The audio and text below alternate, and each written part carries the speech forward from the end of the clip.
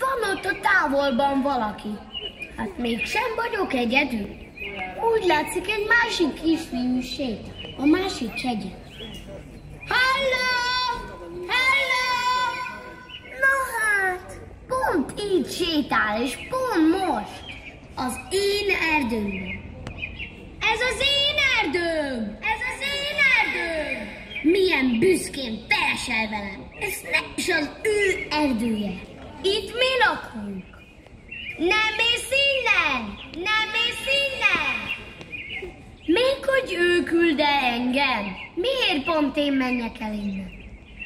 Csúnyán beszélsz! Csúnyán beszélsz!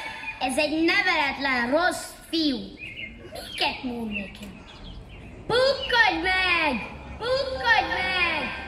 Most aztán megmondom a nagymamának ezt a gyereket, majd ő elzavarja.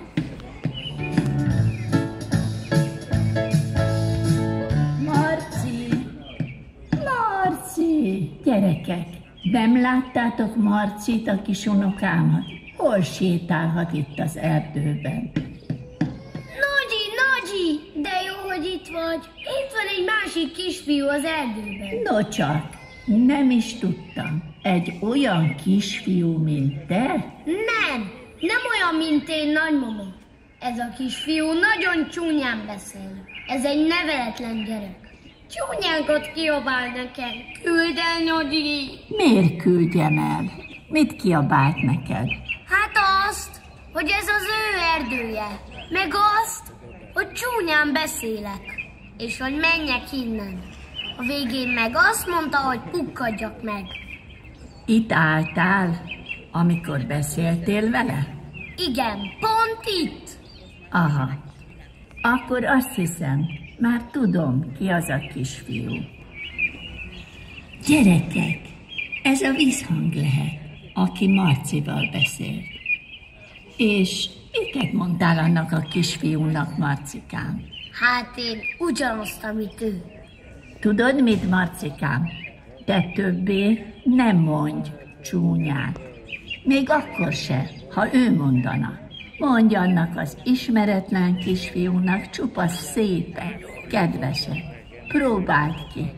Én most megyek vissza a konyhába, mert oda tettem az ebédet főni. Hát, milyen jókat mondott a Nagyi. Megpróbálom. Halló! Halló! Halló! Halló! Jó fiú vagy! Jó fiú vagy! Jé, most szépen beszél. Gyere velem játszani! Gyere velem játszani! Milyen kedves most velem! Szeretlek! Szeretlek!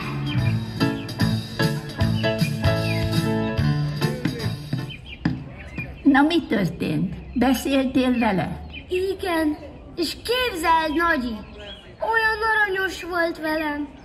Csak jókat mondott, és még játszani is hívott. Látod, Marci, akivel beszélgettél, az a te visszhangod volt. Ez is mutatja, hogy amilyen szavakat kimondunk, olyat kapunk vissza. És az is igaz, hogy ahogy viselkedünk másokkal, azt teszik velünk is. Gyerekek, én megértettem. Ez jó tanulság volt. Én ezután mindenkihez csak kedvesen fogok szólni. Szép szavakat, mert én azt szeretném, ha mindenki kedves lenne velem. Gyerekek, próbáljátok ki ti is. Beszéljetek szépen, biztos sikerülni fog. Megéri! Sziasztok! Szervusztok, gyerekek!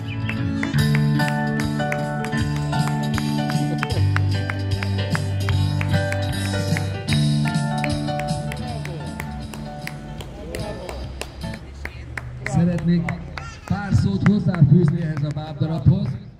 Méghozzá az, hogy nagyon sokszor azt mondjuk, hogy az én helyzetem ő miatta ilyen. Hogy ő a hibás, a kormány, a jogszabály, a gazdaság, a nyomorúság, mindig a másikkal van baj. Én ártatlan vagyok, én élem az életemet, ahogy gondolom. De ez a bábdarab valami másról beszél.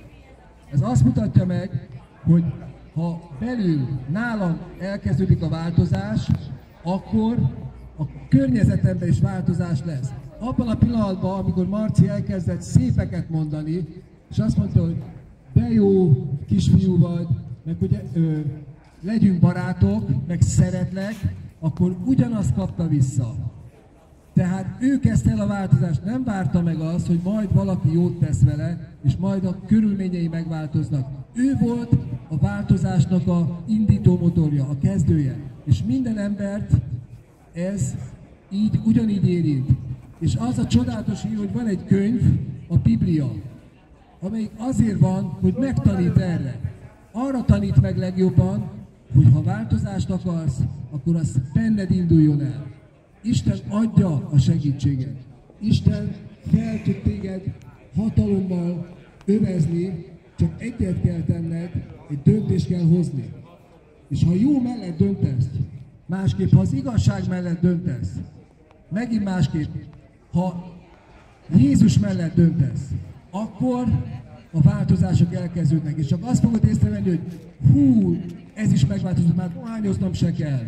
Már a kábítószert se kívánom. Már munkám is van. Már nem beszélek csúnyán, nem káromkodok. Már nincs bennem indulat és düh, ha látom, hogy a másik milyen rossz indulatú velem. Hanem jön a szeretet.